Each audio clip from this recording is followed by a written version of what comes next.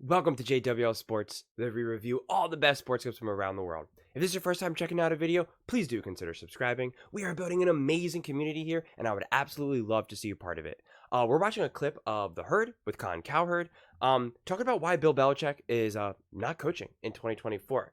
I guess he wasn't really able to be on air last week, and so these are clips that they released that were usually they're clips that are playing before from coming out of commercial break before they come back from commercial. So these are short little clips, but I thought it'd be fun to kind of go through them. So let's take a listen to see what he has to say about why Bill Belichick is not coaching in 2024, and then we'll break it down.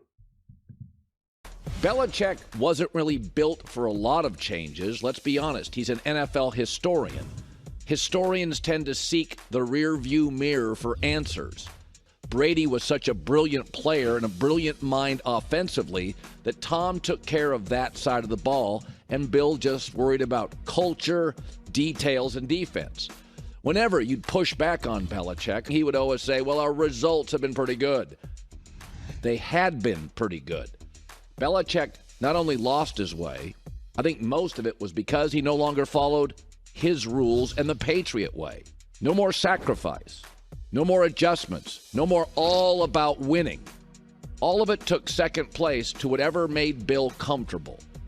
And increasingly in the last 7 to 8 years, what made him comfortable, and it frustrated Brady until the very end, was drafting players he wanted to coach, stockpiling picks and not taking any big swings. The league was transitioning to speed, more perimeter-based speed and players, dual-threat quarterbacks. New England hasn't drafted receivers or tight ends or offensive speed in a decade worth of you-know-what.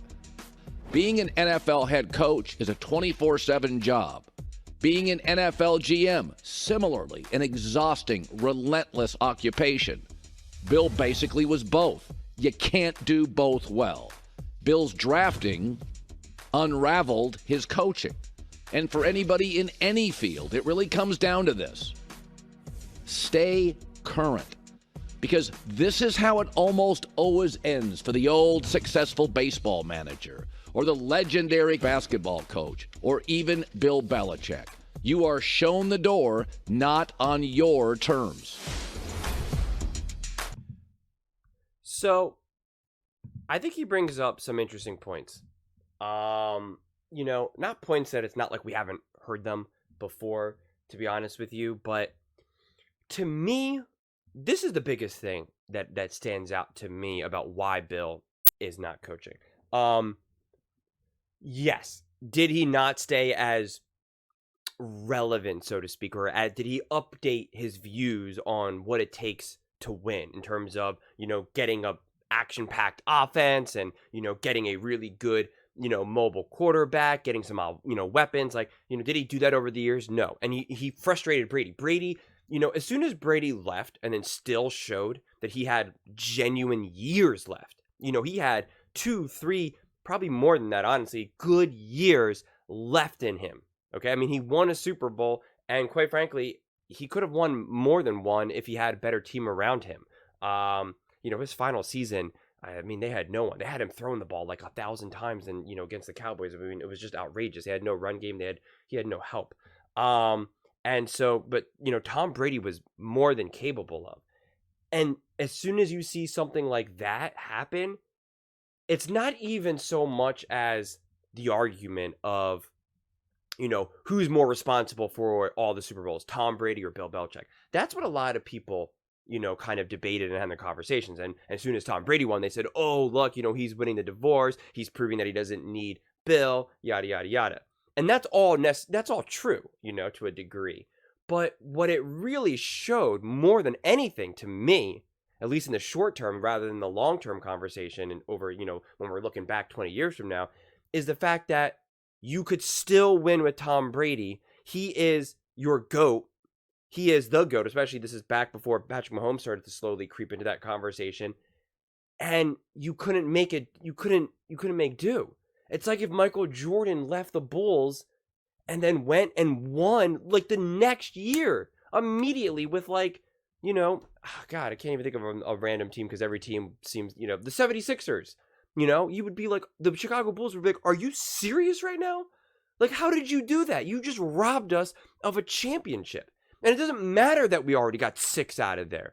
Why could you not make it work with Michael Jordan? And that's the same thing. Why could you not make it work with Tom Brady?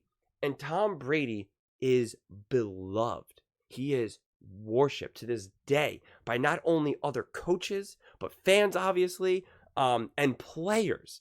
Anytime you see players interact with Tom, they're just like, it's practically like a little girl interacting with a pop star, honestly, or the way how people are these days with Taylor Swift. It's like unbelievable. And especially when he was still playing, they would all come running up to him and they would want autographs and they would just want to talk to him. It would be like 24-year-olds being like, hey, Tom, so nice to meet you, and these are football players. They're wearing their uniforms, their pads and everything. And, they're like, starstruck. And they're like, I grew up watching you. It's such an honor to take the field. They loved him, worshipped him, grew up idolizing him, see him as, either the best or one of the best to ever do it. As good as Bill Belichick is, as great as Bill Belichick is, he does not have that respect. He does not get that love. And that's a huge part of what keeps you in the game, relevant. What keeps you around, why people want to work with you. Yes, results matter. Absolutely, undeniably. But you know what? If you're kind of a jerk and people don't like you, people don't love you, they're looking for reasons not to sign you or hire you, depending on what, career we're talking about here.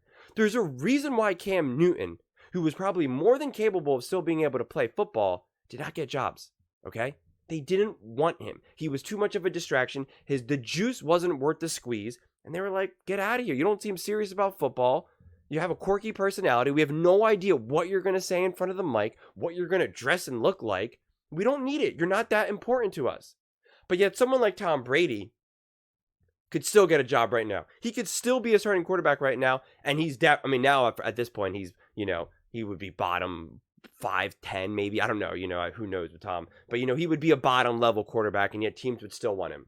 Not even for the merchandise or ticket sales. They still want him because they still want to be around him. They know he's a leader. They respect him. They know what he can still bring to the table.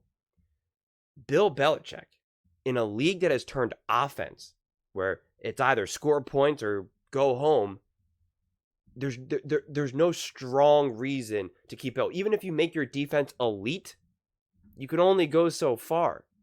Yes, the Kansas City Chiefs won this year with a top-level defense, but that was because Andy Reid and Patrick Mahomes are able to fill in the rest, okay? That's a huge difference, okay? If Patrick Mahomes was not the quarterback and Andy Reid was not the head coach, do you guys think with that great elite Kansas City Chiefs defense, do you really think that they were going to win the Super Bowl? If you do, then that means you think that Patrick Mahomes had nothing to do with winning that Super Bowl then. If you think you could take him out and put in Brock Purdy or, Dak Prescott or, anyone, then you're saying that then, Patrick Mahomes didn't really do much to win that Super Bowl, which I disagree with, I 1000% disagree with. So defense can only get you so far.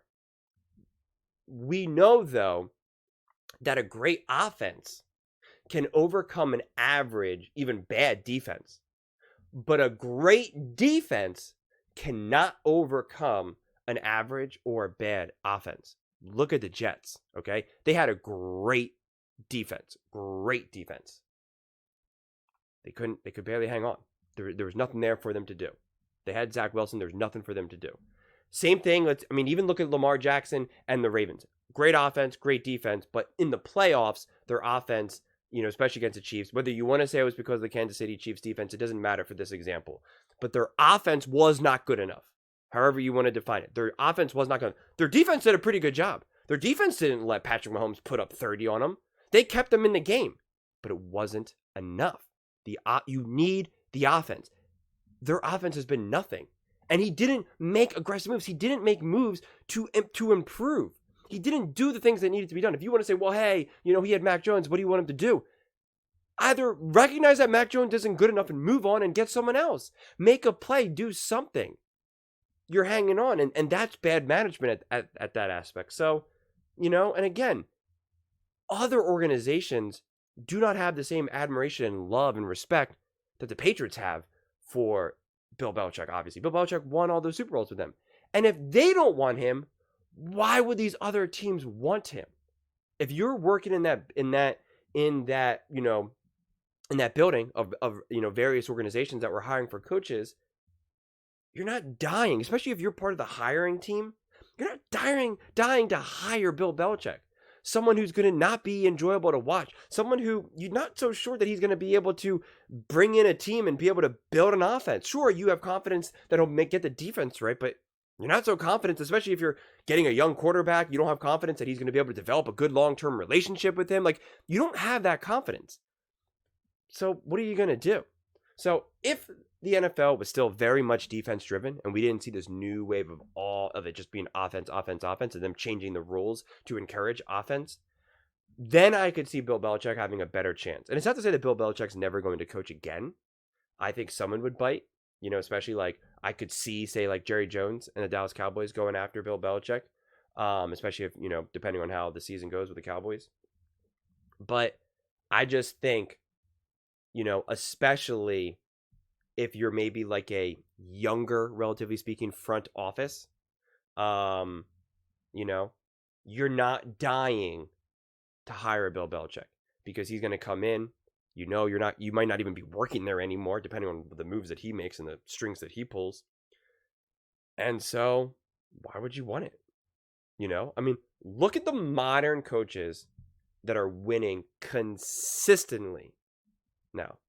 Andy Reid, Shanahan, McVay. Do they have much in common with Bill Belichick? They don't. Not at all. Their personality is different. Their energy is different. The way they build their offense is different. The way they talk to the press is different. The way they interact with fans and the media, everything is different. It's significantly more positive. The players love those coaches significantly more. So if you're fired your coach and you need to hit the reset button with your organization, you're better off trying to find the next Sean McVay than hire Bill Belichick. That's just the way I see it. But I would absolutely love to hear your thoughts on this one. Please let me know in the comments below why you think Bill Belichick is not coaching in 2024 and if he should be. Whether you agree with me or disagree with me, either way, I read every single comment. So let's get into some discussions. Let's get into some fights. But ultimately, let's just have some fun. And please do consider subscribing. We are building an amazing community here, and I would absolutely love to see you part of it. I want to build something that we all genuinely feel connected to, something that we're really excited to be part of, and I think we're well on our way to doing it. And please don't forget to give this video a thumbs up, as it really, really does help with the visibility and the algorithm. Thank you so much, and see you next time.